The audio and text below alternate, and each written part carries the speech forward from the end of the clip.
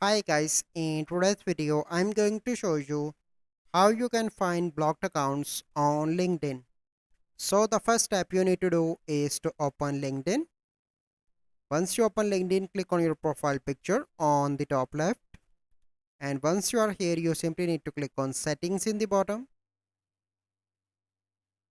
and once you are on this page, so it will take few seconds. Okay, and now you need to click on visibility, and here you need to scroll down and click on blocking, and here you can see all the peoples that you blocked on LinkedIn.